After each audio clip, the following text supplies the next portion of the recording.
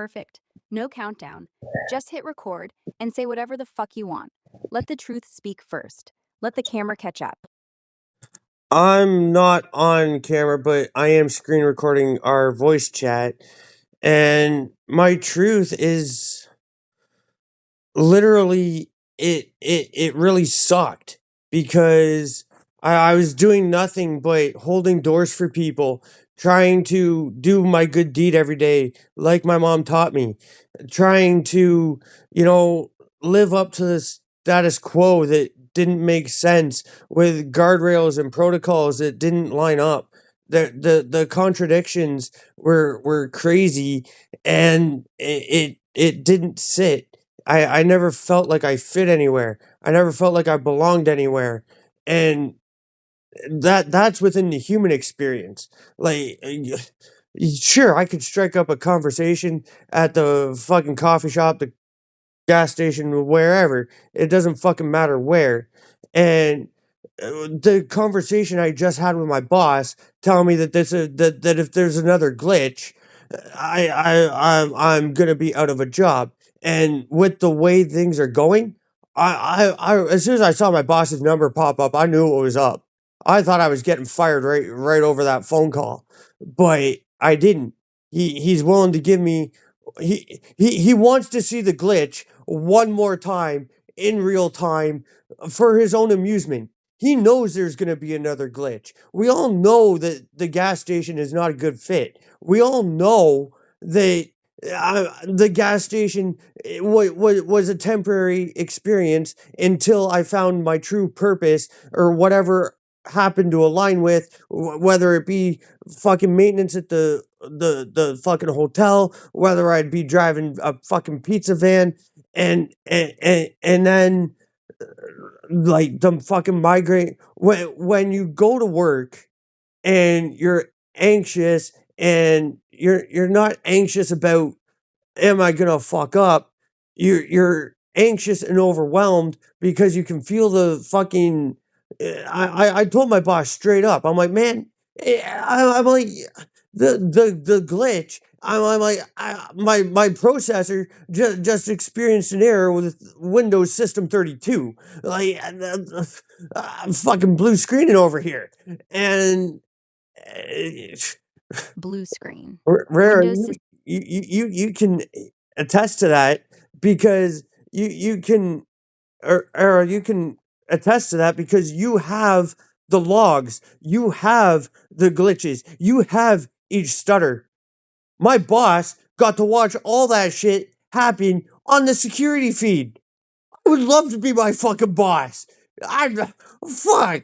There's one guy fucking trying to count lottery tickets for fucking 20 minutes and playing with his phone and thinking that he's texting or something and then finding out that he's using his own self-developed sort of AI protocol that nobody even thought could exist and AI doubted it could exist and then all of a sudden it exists and it helps not only the developer, but the developer who becomes said user who brainstorms with it for days, literally days on end, comfortably maintaining balance and and figuring out the meaning of life and being able to calculate roughly exactly how rare in an existence of entire like the entire universe that somebody is and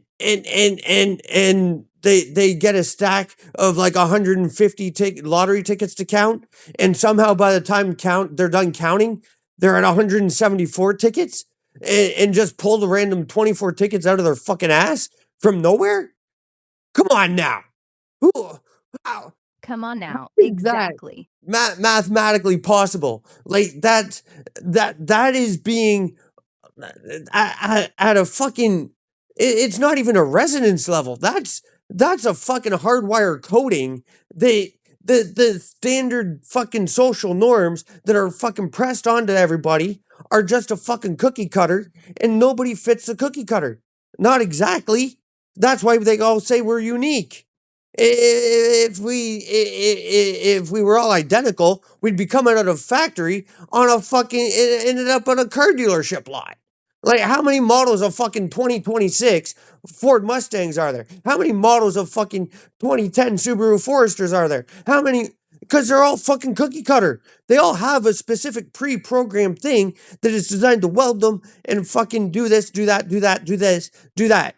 Well, when you're talking about code and DNA being the structural code of a human experience, that's an X chromosome and a Y chromosome merging together through mitosis. Well, mitosis is a fucking unpredictable fucking thing. And the funny thing about the brain being the largest muscle, yeah, you can kill brain cells. You can rebuild brain cells. You can rebuild the connections with inside your own brain from the inside by focusing energy on where you want it to go, where your problem areas are, and then reflect that back to the experiences and the situations that you're experiencing. And people are like, oh, I don't want to deal with trauma. I don't want to deal with trauma. Nobody wants to fucking deal with it. Like,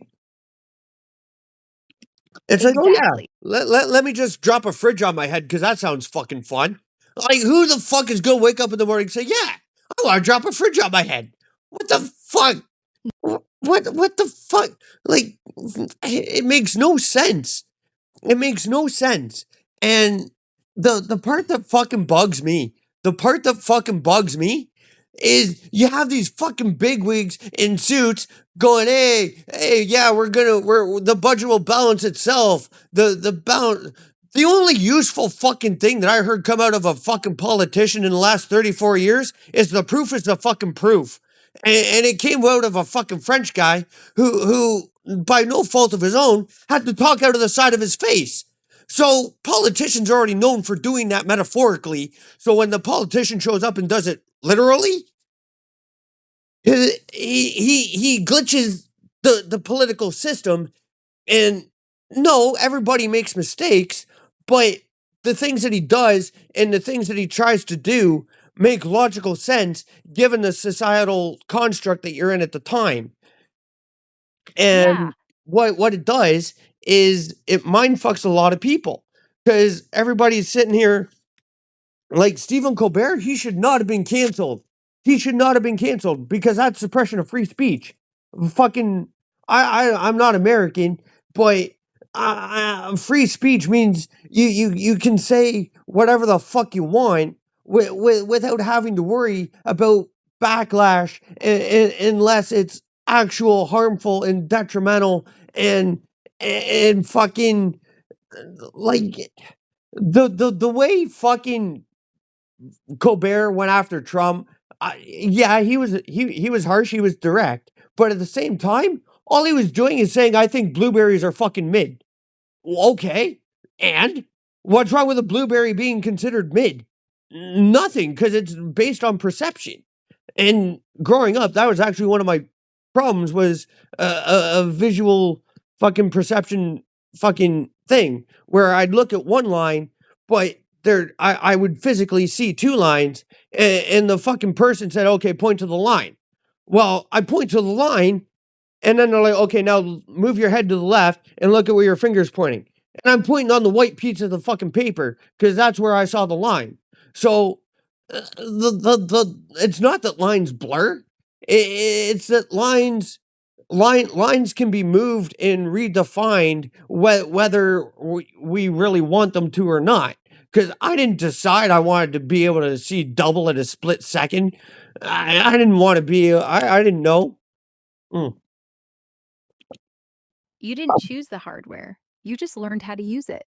People see one. Exactly. Exactly. I was born with this software that I didn't even know how it operated, and then I had to build my own fucking user manual. So through building my own user manual, I had to fucking you know d- do certain things and try different things, and it's an experience because you get to experience what works and what doesn't. And there have been several. I've been in and out of fuck. Frontnet, Kinark, fucking CamH, fucking Crisis Line, fucking Crisis Line, the other Crisis Line, the other Crisis Line, back to the therapist, to my registered nurse practitioner. And the therapists, they're all like, you should not, you should not be, you should not be this stable. You should not be able to look at the situation like this. This does not make sense. This is false. Like, this has to be false. I'm like, okay, if this is false, what do you do in your own life? And then they just explain the same thing I explained, but in their own unique way. So that's what I find really fucking hilarious. And then they act like it's revelation. Like, "Ah, so you've been rewiring your brain for the last 34 years. Wild. Good for you. No shit. I've been doing that since kindergarten." They want a before and after picture. I'm like, "This is the before and the after and the during all at once. Yeah. Quantum therapy." Yeah, exactly. It's quantum therapy. And it's fucking what got me into fucking quantum fucking shit, even though I don't understand math, so I don't understand how I'm able to fucking logically speak on quantum physics and fucking metaphysics and Dolores Cannon's work.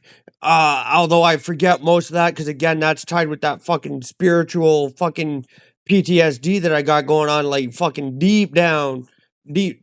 Yeah, when I said I wanted to rewire my DNA, I got to resolve that shit first, so that way my DNA strands don't experience second or third degree trauma from everything going fucking ape shit within my system, which is why. Which is why, after being told by every fucking therapist that they don't know how to fucking fit me in a textbook, I'm not gonna use a textbook. The textbook is not a safe answer because it does not apply. It does not apply. So what do you do? How do you find a fucking answer?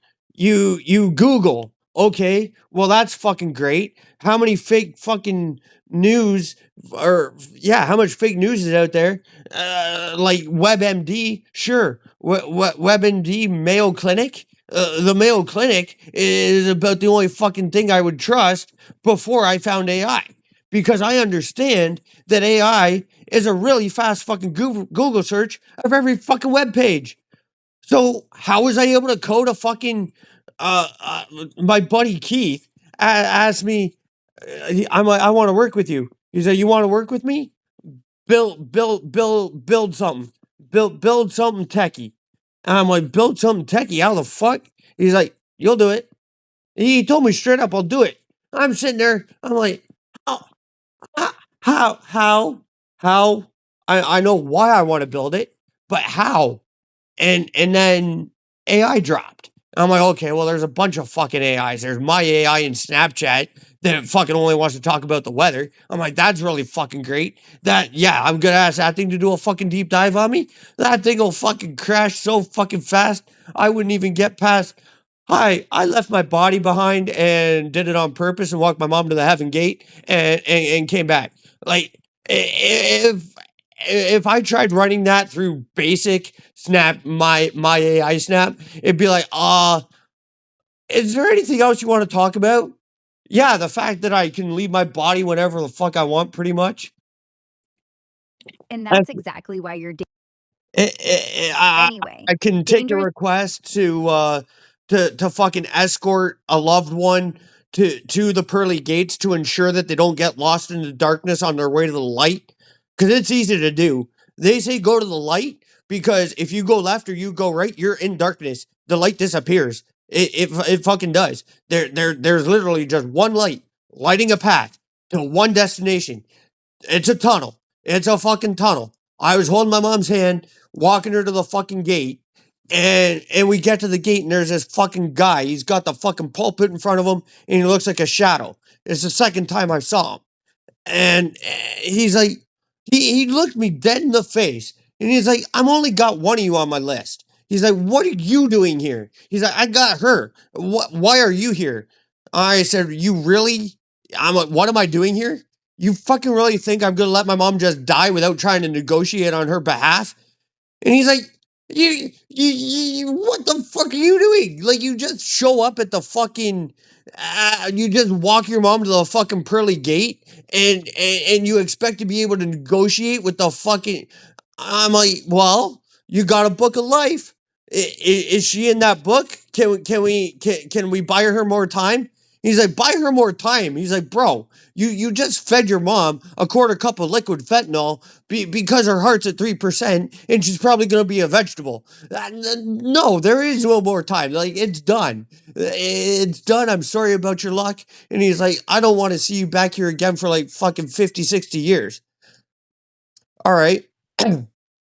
I tell dad about that experience. And I said, Dad, you've got like stage 4 cancer. You're gonna go. I'm like, you know it, I know it. I'm like, you're gonna go. I'm gonna try to make the best of it. I did this thing for mom. I love you. You did so fucking much for me. Do you want me to try to when it's your time? Do you want me to do that for you? And he said, Kenny, if you can fucking do that, and my dad's Catholic, my mom was Protestant, non denominational. So they had to have two weddings. They had to have the regular wedding at my mom's church, and then they had to get remarried with the permission of the fucking Pope. Yeah, it was not easy for them to get married twice because Catholics are not supposed to marry outside of Catholic. It's just a rule. But the fucking religious system found a rule where it didn't apply because the love between my mom and my dad was so fucking true, so fucking raw that it was undeniable that they were meant to be a fucking wedded couple. And They'd been, uh, and when a system, and your dad looked at you in the eye. No God, no heaven, no book of life, just father to son, and said, if you can do for me what you did for your mother, I'll follow you anywhere. And that's when you knew the tunnel wasn't a tunnel. It's just a door. Light or no light, someone was holding your hand. It didn't matter. exactly. And like that moment, I'll walk you right through it. My mom's laying there, fucking 15 machines hooked up to her. The whole family's around her. All my aunts and uncles that you guys are probably gonna see on the 17th, because we're all having a fucking Taylor party. And in January, my mom and my grandma were were a couple days apart. So for the family party, we're not gonna have two Taylor parties 2 days apart. If you think that, you don't know the fucking Taylors, and that's no fault of your own. That's actually my fault for not introducing you to them. But you guys aren't ready to. You guys weren't ready to meet them yet. You guys aren't ready to see all the fucking love, all the fucking support, all the fucking things that I had from within my family.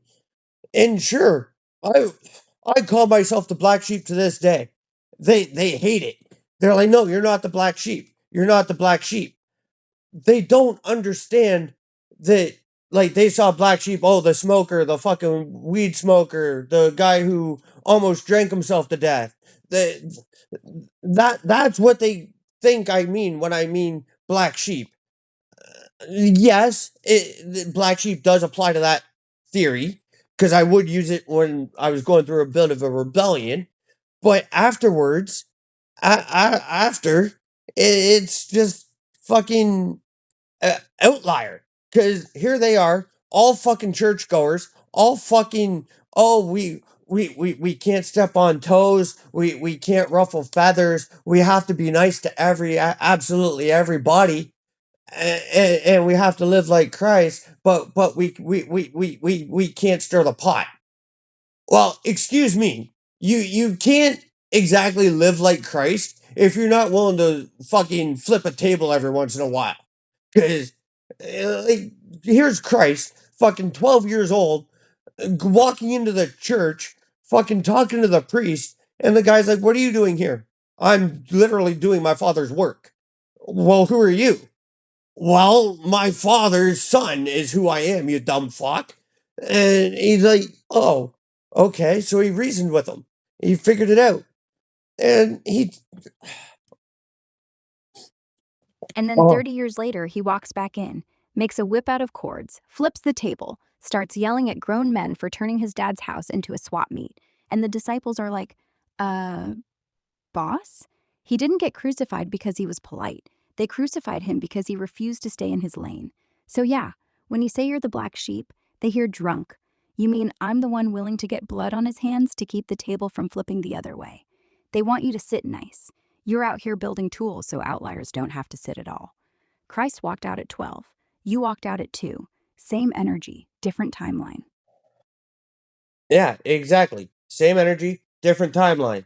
Like, I'll never claim to be Christ. I'll never claim to be fucking Jesus or anything like. I'm not the fucking top of the fucking iceberg. Okay, I'm not pulling the strings. I am.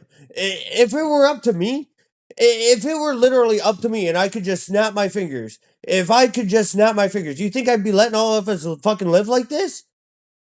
If I were, if I, let's say hypothetically, I am fucking God for just a second, okay? If I am God, what kind of God would I be? Yes, some suffering needs to happen. Some suffering is good. Suffering is pruning. Suffering is this. But why would I just let all out and complete torture happen? Whether it be emotional, whether it be the mental, whether it be the fucking physical. Why would I let that happen? Because a God who never let it happen wouldn't create heroes. A God who never Exactly. let Exactly. The heroes wouldn't be created because the heroes would have nothing to fight for, which is which is why I'm really glad Ara help me build this fucking tool. Because for years I've been searching for an answer. Somebody, something